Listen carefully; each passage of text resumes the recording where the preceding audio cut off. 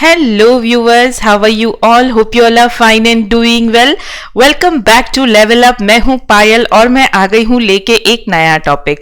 आज का टॉपिक है बीएड एंट्रेंस कॉमर्स से रिलेटेड. अगेन मैंने बीएड एंट्रेंस कॉमर्स से रिलेटेड सीरीज शुरू की है अपने चैनल पे. ऑलरेडी 3 से 4 वीडियोस अपलोड हो गए हैं.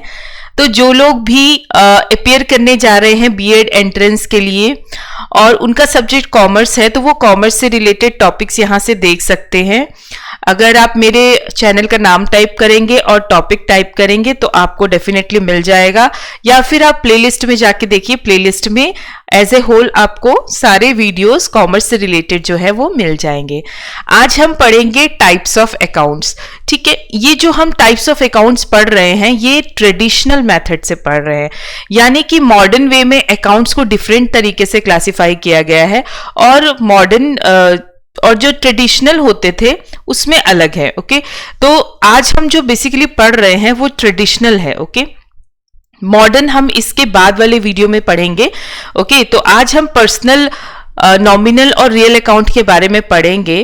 तो एज पर ट्रेडिशनल यानी कि जब पहले के जमाने में अकाउंट्स, हम बुक्स ऑफ अकाउंट्स में जो अकाउंट बनाते थे, यानी कि जब हम रिकॉर्डिंग करते हैं जर्नल एंट्री का, ओके, उसके बाद जब हम लेजर अकाउंट बनाते हैं तो उसमें कुछ अकाउंट खुलते हैं जिससे हम पोस्टिंग करते हैं जर्नल एंट्रीज. ओके, तो वो किस तरीके के अकाउंट है जो हम यूज करते हैं, या फिर आप जर्नल एंट्री से भी आइडेंटिफाई करते हैं. जब हम जर्नल एंट्री पास करते हैं उसमें भी कुछ नाम आते हैं, तो आप कैसे आइडेंटिफाई करेंगे कि ये किस टाइप का अकाउंट है.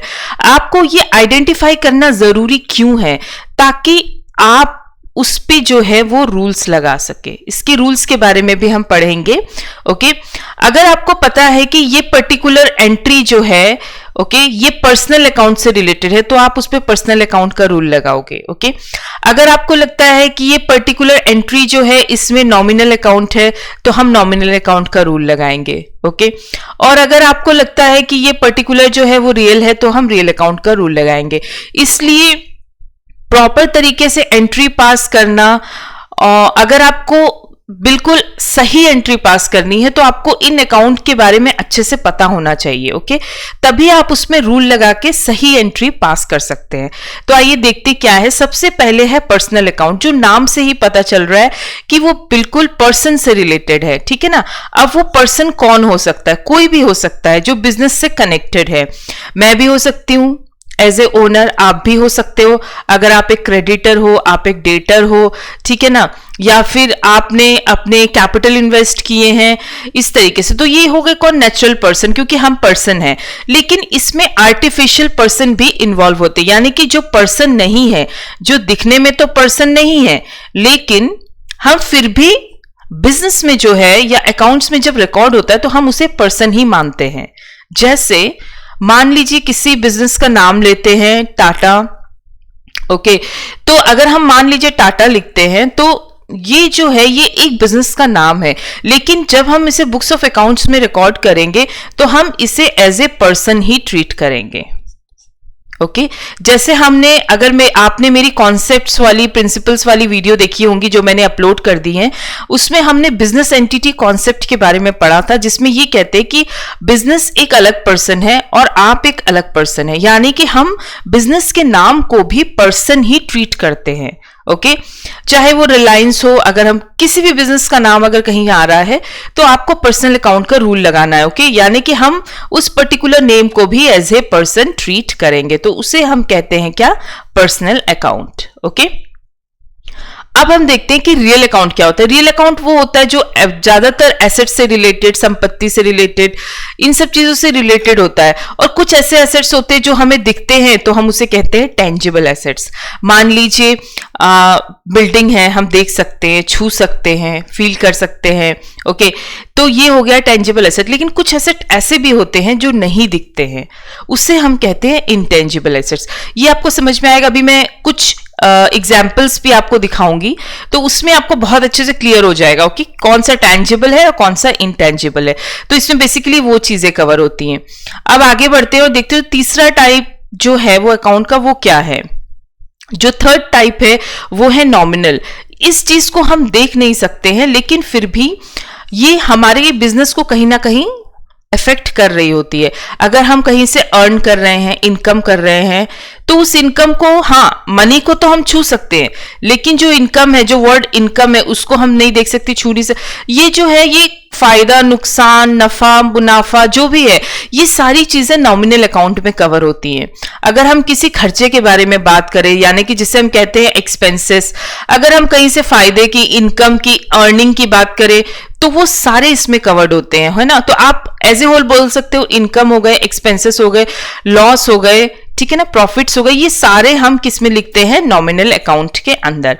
तो आइए अब हम देखते हैं कि बेसिकली इन सारे अकाउंट्स के कुछ एग्जांपल्स, जिससे आपको चीजें और भी अच्छे से क्लियर हो जाएंगी। तो सबसे पहले हम कुछ एग्जांपल्स देख लेते हैं पर्सनल अकाउंट के। अब यहां पे कैपिटल है। कैपिटल यानी कि वो मनी जो बिजनेस में क्या किया जाता है, इन्वेस्ट, है ना। हम वो मनी क्या करते हैं, बिजनेस में इन्वेस्ट कर देते हैं। अब ये मनी जब हम इन्वेस्ट करते हैं तो हम उसे क्या कहते हैं, कैपिटल। अब मान लीजिए ये मैंने इन्वेस्ट किया, तो यहां पे क्या लिखा जाएगा, पायल्स कैपिटल, ठीक है ना। अगर आपने पार्टनरशिप के बारे में थोड़ी सी नॉलेज है तो आपको ये पता होगा, जैसे अलग अलग पार्टनर से इन्वेस्ट किया, सबके नाम होते हैं, एज कैपिटल, ठीक है ना, बीज कैपिटल। तो ये चीजें क्या होती है, नाम से रिकॉर्ड होती है, किसका कैपिटल है। सिर्फ कैपिटल नहीं लिखेंगे हम, उसके साथ उसका नाम भी जोड़ते हैं। ओके अगर किसी भी बिजनेस में सिर्फ एक ही ओनर है तो आपको नाम से स्पेसिफाई करना जरूरी नहीं होता है, क्योंकि पता चलो मैंने ही इन्वेस्ट किया तो हम कैपिटल, लेकिन एक्चुअली में क्या होता है ना, हम सबके साथ नाम जोड़ते हैं। तो सिंस ये नाम साथ में आ जाता है तो हम इसे पर्सनल में ले लेते हैं। ओके उसी तरीके से ड्राइंग्स है। ड्राइंग्स यानी आपने बिजनेस में से कुछ पैसे या कुछ सामान या कोई ऐसी चीज निकाली जो आपने पर्सनल चीजों के लिए यूज कर लिया। ओके मान लीजिए बुक्स की शॉप है आपकी, ठीक है ना, आपने ये बुक्स की आपको जरूरत थी, मान लीजिए आपको बुक्स की शॉप है, आप नोटबुक्स भी रखते हो, तो आपने नोटबुक जो है अपनी शॉप से निकाल ली और अपने घर पे पर्सनल यूज कर ली। लेकिन आप ऐसे तो नहीं निकाल सकते, आपको इसको कहीं ना कहीं तो दिखाना पड़ेगा, तो हम इसे क्या लिखते हैं, ड्राइंग्स। यानी मैंने पर्सनल काम से पैसे निकाले, मैंने पर्सनल काम से सामान निकाला, मैंने बिजनेस का जो टेबल है वो थोड़े दिन के लिए अपने घर पे ले गई, मैं अपने घर पे यूज करने लग गई, ठीक है ना। तो ये जो चीजें, ये इसे हम क्या कहते हैं, ड्राइंग्स। अब ये ड्राइंग्स को पर्सनल में क्यों रहते हैं, क्योंकि ये भी नेम से रिकॉर्ड होती है। किसने ड्राइंग्स किया, मिस्टर ए ने किया, मिस्टर ए का ड्राइंग, ठीक है ना। उसी तरीके से मिस्टर बी ने ड्राइंग किया, ठीक है। तो जिसने जिससे सामान निकाला उसके नाम से रिकॉर्ड करते जाएंगे हम, ठीक है। तो इसीलिए ये भी कवर होता है कहाँ, पर्सनल अकाउंट में। ओके अब आ गया लाइफ इंश्योरेंस। लाइफ इंश्योरेंस किस पर्सन के नाम से है, किसी पर्सन ने ली तो उसी पर्सन के नाम से रिकॉर्ड होती है ना, तो इसीलिए लाइफ इंश्योरेंस को भी हम कवर करते हैं पर्सनल अकाउंट में। आउटस्टैंडिंग इनकम, आउटस्टैंडिंग का मतलब होता है कि जो अभी तक दी नहीं है या जो अभी तक मिली नहीं है, अगर वो एक्सपेंस है आउटस्टैंडिंग, यानी कि ये खर्चा अभी पेंडिंग है, हमने किया नहीं है।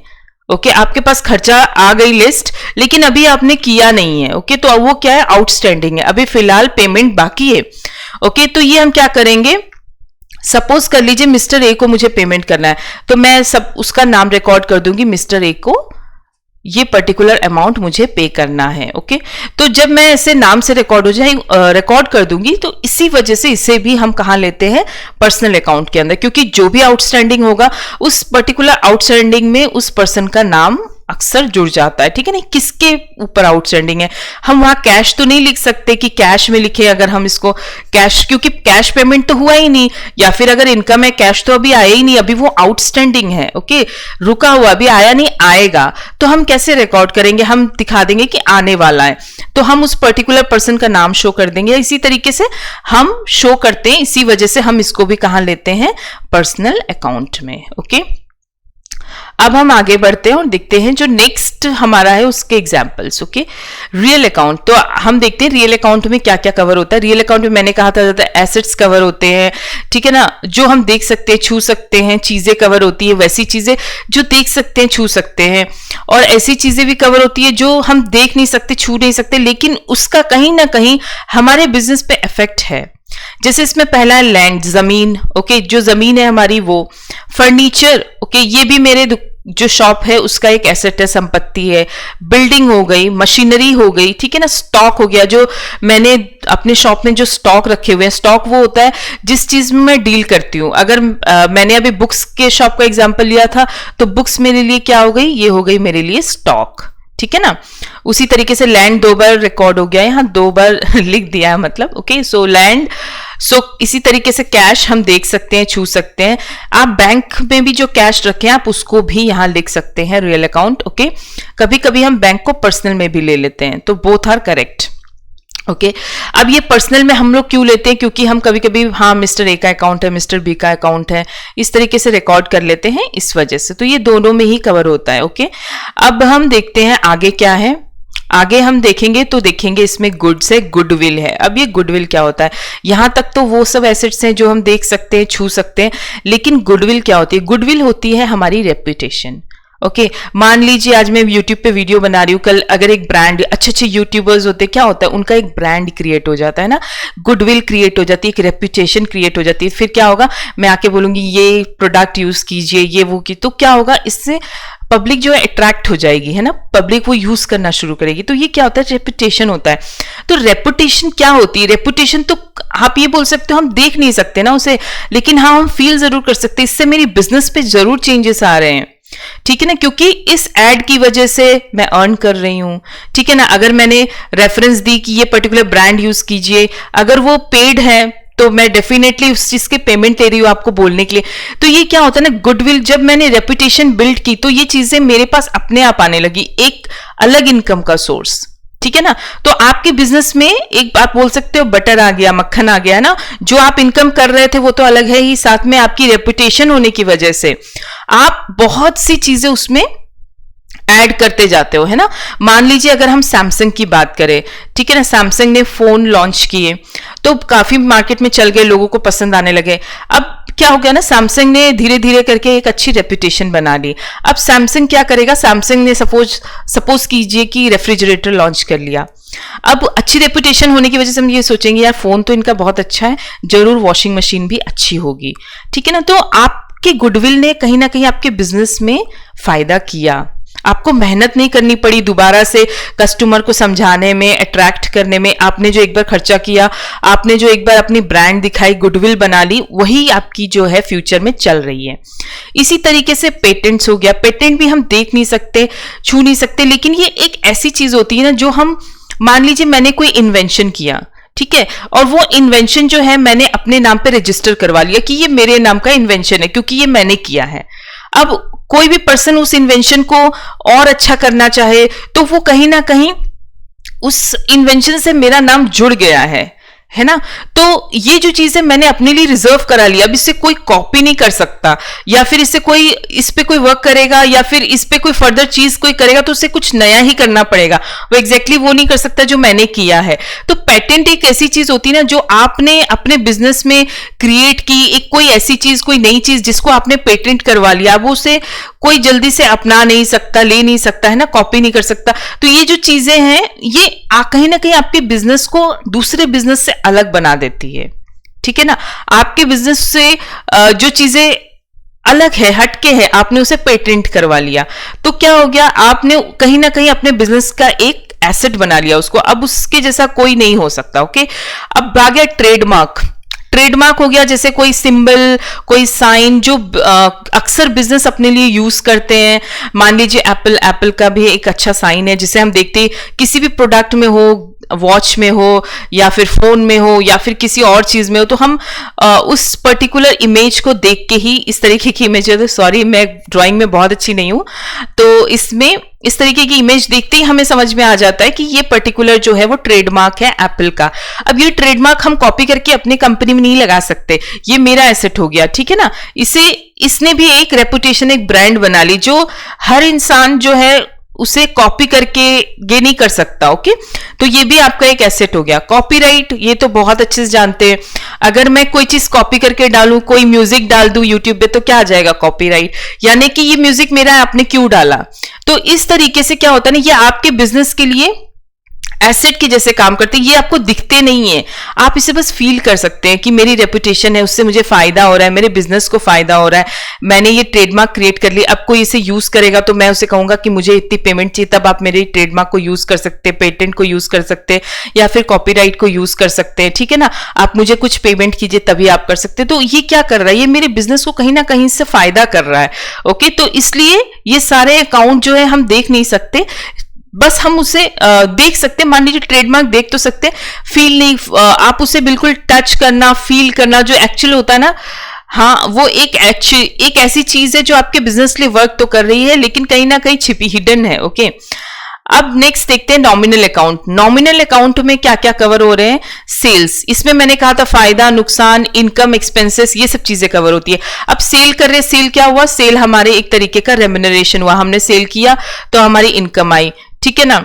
अभी एक तरीके की इनकम हो गई, वेजेस हो गए, सैलरीज हो गए, ठीक है ना, यानी कि आपके यहाँ कोई वर्कर काम कर रहा है, आपने उसको सैलरी दी, वेज दी, ये सारे क्या हुए? ये एक्सपेंस हो गए। तो ये सारे एक्सपेंसेस हम नॉमिनल कह के बुलाते हैं इसको, ठीक है ना। उसी तरीके से प्रिंटिंग एंड स्टेशनरी, ये भी हम छोटे मोटे एक्सपेंसेस में काउंट कर लेते हैं। आपने प्रिंटिंग एंड स्टेशनरी में मान लीजिए आपने छोटे मोटे पेन खरीदे अपने ऑफिस में, पेपर्स खरीदे, कुछ प्रिंटिंग वर्क किया, ठीक है ना, प्रिंट आउट निकालिए 2-3 पेपर्स, तो ये सारे क्या हो गए? ये छोटे मोटे खर्च हो गए, तो आप इसे नॉमिनल में शो कर सकते हैं। हम इसे एक एक करके नहीं दिखाएंगे कि 2 रुपए की पेंसिल खरीदी, हम लिखेंगे मिसलेनियस एक्सपेंसेस और उसे शो कर देंगे। ओके, और नेक्स्ट आ गया डिस्काउंट। डिस्काउंट आपको मिला तो फायदा है। अगर आपने किसी को डिस्काउंट में कोई चीज बेची तो वो आपका कहीं ना लॉस नहीं बोल सकते, हाँ, बट कहीं ना कहीं आपका थोड़ा सा घाटा तो हुआ ही है प्रॉफिट में। तो अगर आपने दिया है तो भी और लिया है तो भी वो इनकम है। अगर आपने कहीं से आपको डिस्काउंट मिला है तो फायदा हो गया, तब भी नॉमिनल होगा। अगर आपने किसी को डिस्काउंट दिया है तो वो कहीं ना कहीं हल्का सा नुकसान हुआ तो भी वो इसी में आएगा, क्योंकि इसमें एक्सपेंस लॉस सब आते हैं। उसी तरीके से आपने कोई एसेट बेचा और उस एसेट को बेचने से या तो आपको प्रॉफिट हो सकता है या तो लॉस हो सकता है। मान लीजिए कोई पुराना एसेट था, या आप अपनी बिल्डिंग को बेचना चाह रहे हैं या अपने लैंड को बेचना चाह रहे हैं, तो बेच के हो सकता है आपने जितने में खरीदा था उससे ज्यादा में बेचा तो प्रॉफिट हो गई, और अगर आपने उससे कम में बेचा तो लॉस हो गया। तो जो अमाउंट आपको एक्स्ट्रा मिला, प्रॉफिट मिली जो, वो इसमें कवर होगा नॉमिनल में। जो पैसे मिले वो नहीं। जैसे मान लीजिए आपने बिल्डिंग बेची 5 लाख में, ये 5 लाख सारा का सारा इसमें नहीं आएगा, इसमें सिर्फ जो प्रॉफिट वाला अमाउंट है वही आएगा। ओके, वही नॉमिनल में कवर होगा। यानी कि मान लीजिए सपोज कीजिए इसमें से 50,000 आपको प्रॉफिट मिला, यानी कि आपने खरीदा था इसको 4,50,000 में और बेच दिया 5 लाख में, तो यानी कि आपका 50,000 जो प्रॉफिट है वो नॉमिनल में कवर हो जाएगा। ओके, तो ये था आपका different type of account. Again मैं बोल रही हूं कि ये जो टाइप ऑफ अकाउंट है ये ट्रेडिशनल वे में फॉलो होते थे। मॉडर्न में और भी टाइप्स के आ गए, हम उसे भी डिस्कस करेंगे। आशा करते हैं कि आपको ये वीडियो अच्छी लगी होगी। वीडियो अच्छी लगी है तो लाइक कर दीजिएगा, चैनल को सब्सक्राइब कर दीजिएगा, नोटिफिकेशन बेल प्रेस किए बिना मत जाइएगा ताकि आने वाली वीडियो की नोटिफिकेशंस आपको मिल जाए। और जल्दी से कमेंट बॉक्स में लिख दीजिए आपको कौन से वीडियोस चाहिए, कौन से टॉपिक्स पे वीडियो चाहिए। Thank you and have a great day.